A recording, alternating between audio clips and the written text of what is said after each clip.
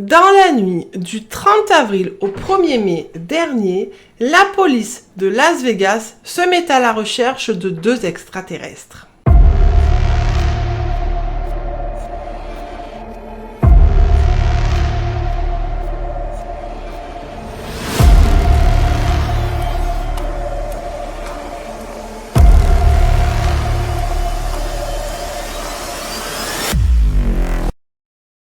Bonjour à tous les amis et bienvenue dans cette nouvelle vidéo dans laquelle nous allons parler encore une fois d'un cas récent puisque ça s'est passé il y a à peu près un mois. On en a énormément parlé et certainement que vous connaissez l'histoire, mais je ne pouvais pas ne pas faire de vidéo là-dessus. Évidemment, il y a beaucoup de contenu sur le net qui parle de cette histoire et les médias se sont aussi emparés de cette histoire complètement folle. Et on va la reprendre un peu ensemble. En tous les cas, c'est une histoire qui est assez marquante puisque la police a pris très au sérieux cette affaire et l'a immédiatement traitée. Allez, plongeons de suite dans cette histoire extraordinaire. Nous sommes dans les rues de Las Vegas et un policier est en train de discuter avec un passant. Et la caméra embarquée de la voiture de police va filmer quelque chose de très intriguant. Regardez, on voit dans le ciel comme une sorte de boule lumineuse verte, ou je ne sais pas exactement comment le nommer, qui plonge vers le sol. On voit par rapport à la caméra que ce n'est pas trop loin et que l'objet a certainement atterri quelques rues plus loin. Mais la suite de l'histoire est vraiment stupéfiante. Puisque, dans un premier temps, il y a une caméra d'une maison quelques rues un petit peu plus loin. Au même moment où on voit cette boule lumineuse, cette caméra va filmer, ou plutôt va enregistrer un son comme quelque chose qui s'explose sur Terre. Écoutez. Strange noise and what sounds like a crash. Vous l'avez entendu, on entend clairement un bruit qui ressemble à un impact, quelque chose qui tombe. Et là, on a vraiment le sentiment que les deux phénomènes sont liés. À ce moment-là, il est à peu près minuit. Et à minuit 20, le 911, qui est l'appel de secours aux États-Unis, reçoit un appel d'une personne et cet appel est vraiment étrange. Je vous laisse regarder la vidéo.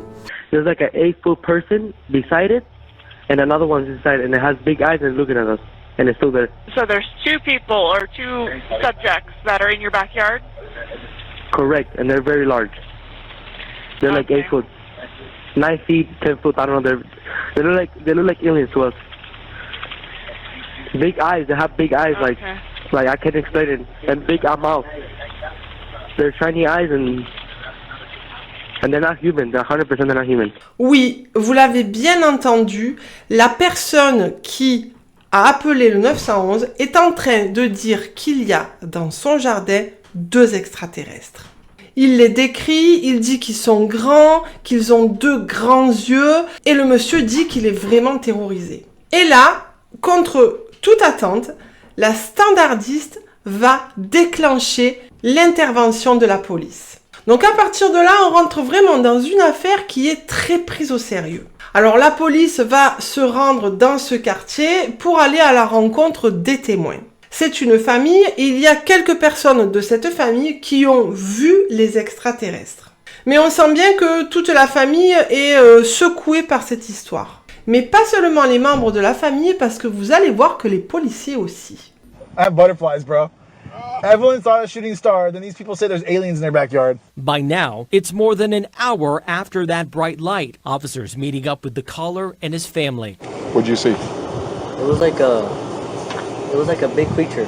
A big creature? Yeah, like around 10 feet tall. I'm not going to BS you guys. One of my partners said they saw something fall out of the sky too, so that's why I'm kind of curious. Did you see anything land in your backyard, or? They see like a big. That's what they say. They see like a big something with light. Police walk into the backyard to investigate, but Metro blacked out that part of the video because it's considered private property. What's clear? They're taking this call seriously. Alors, comme vous pouvez le constater, la vidéo a été coupée puisque aux États-Unis, on n'a pas le droit de filmer dans une propriété privée. Donc, il nous manque un petit peu une partie de la vidéo. Mais La police va fouiller le jardin et ils vont rien trouver.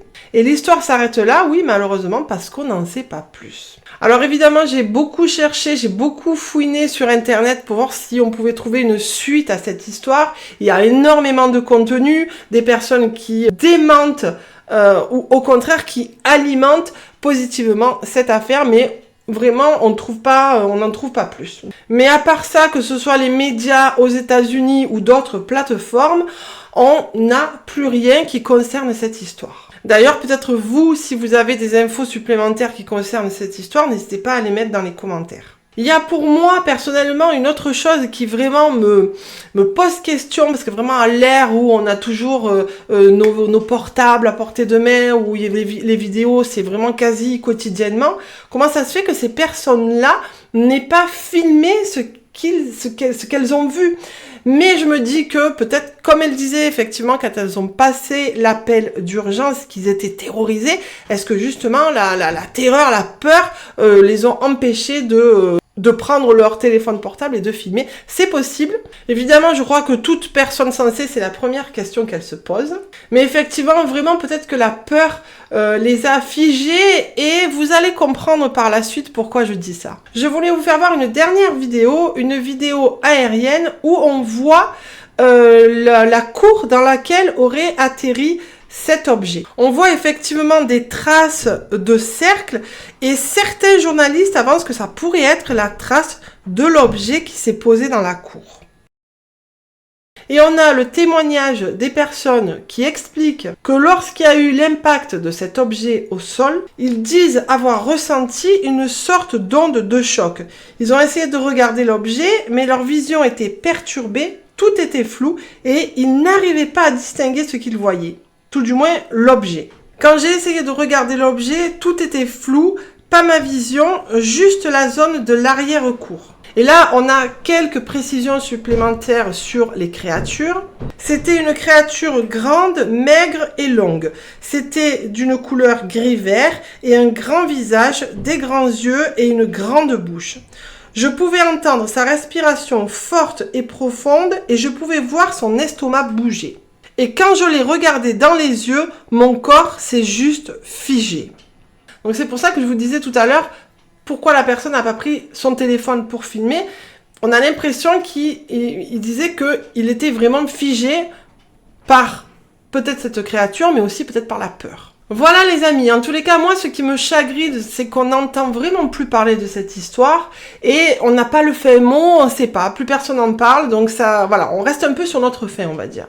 Mais en tous les cas, on sent qu'il y a vraiment quelque chose d'effrayant qui s'est passé. Voilà les amis, en tous les cas, si vous en savez plus, n'hésitez pas à le mettre dans les commentaires. Moi, je vous dis à très bientôt. N'oubliez pas de vous abonner si ce n'est pas déjà fait, si le contenu de ma chaîne vous plaît, à liker, à commenter, à activer la petite cloche pour ne louper aucune prochaine vidéo. Et moi, je vous dis, en attendant, portez-vous bien.